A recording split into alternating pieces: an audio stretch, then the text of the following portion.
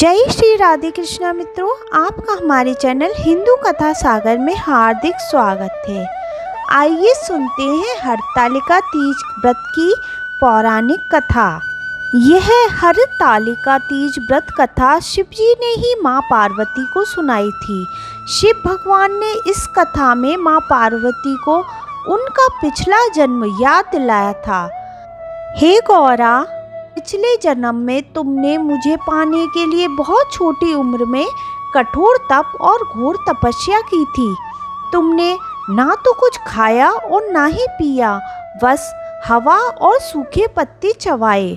जला देने वाली गर्मी हो या कपा देने वाली ठंड, तुम नहीं हटी, डटी रही। बारिश में भी तुमने जल नहीं पिया।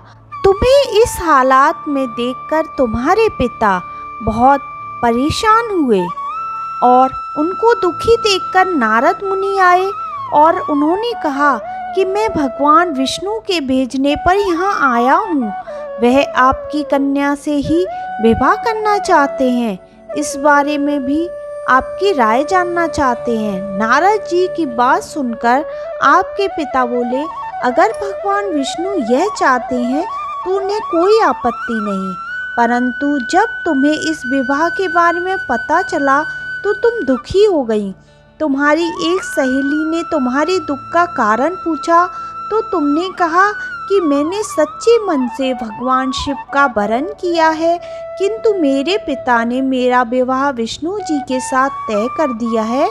मैं विचित्र धर्म संकट में हूँ। अब मेरे पास प्राण त्याग देने के अलावा कोई और उपाय नहीं बचा। तुम्हारी सखी बहुत ही समझदार थी। उसने कहा, प्राण छोड़ने का यहाँ कारण ही क्या है? संकट के समय धैर्य से काम लेना चाहिए। भारतीय नारी के जीवन की सार्थकता इसी में है कि जिसे मन से पति रूप में एक बार वरण कर लिया, जीवन पर्यंत उसी से निर्वाह करें। मैं तुम्हें घनघोर वन में ले चलती हूँ, जो साधना स्थल भी है और जहाँ तुम्हारे पिता तुम्हें खोज नहीं पाएंगे। मुझे पूर्ण विश्वास है कि ईश्वर अवश्य ही तुम्हारी सहायता करेंगे। तुमने ऐसा ही किया। तुम्हारे पिता तुम्हें घर में न पाकर बड़े चिंतित और दुखी हुए। इधर तुम्हारी खोज हो रही, उधर तुम अपनी सहेली के साथ नदी के तट पर एक गुफा में मेरी आराधना में लीन रहने लगी। तुमने रेत के शिवलिंग का निर्माण किया। तुम्हारी इस कठोर तपस्या के प्रभाव से मेरा आसन हिल उठा और मैं शीघ्र ही तुम्हारे पास पहुंचा और तुमने वर मांगने को कहा। तब अपनी तपस्या के फलीभूत मुझे अपने समक्ष पाकर तुमने कहा, मैं आपको सच्चे मन से पति के रूप में वरण कर चुकी हूँ। यदि आप सचमुच मेरी तपस्या से प्रसन्न होकर यहाँ पधारे हैं तो मुझे अपनी अर्धांगिनी के रूप में स्वीकार कर लीजिए। तब तथास्तु कहकर मैं कैलाश पर्वत लौट गया। उसी समय गिरिराज अपने बंधु बांधवों के साथ तुम्हें खोजते हुए वहाँ पहुँचे। तुमने सारा वृतांत बताया और कहा कि मैं घर तभी जाऊंगी अगर आप महादेव से मेरा विवाह करेंगे। तुम्हारे पिता मान गए और उन्होंने हमारा विवाह करवाया।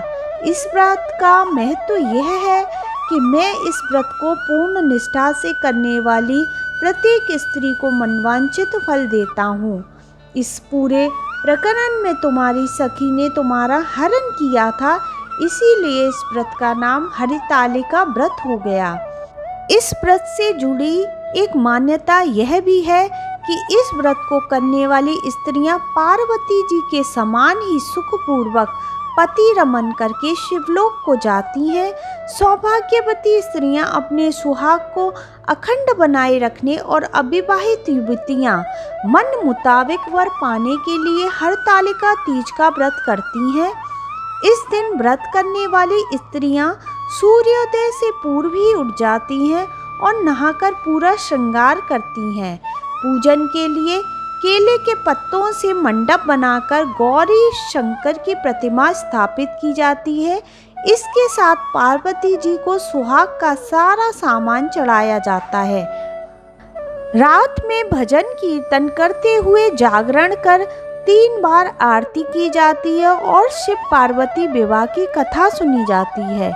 इस व्रत के व्रती को शयन का निषेध है, इसके लिए उसे रात्रि में भजन कीर्तन के साथ रात्रि जागरण करना पड़ता है।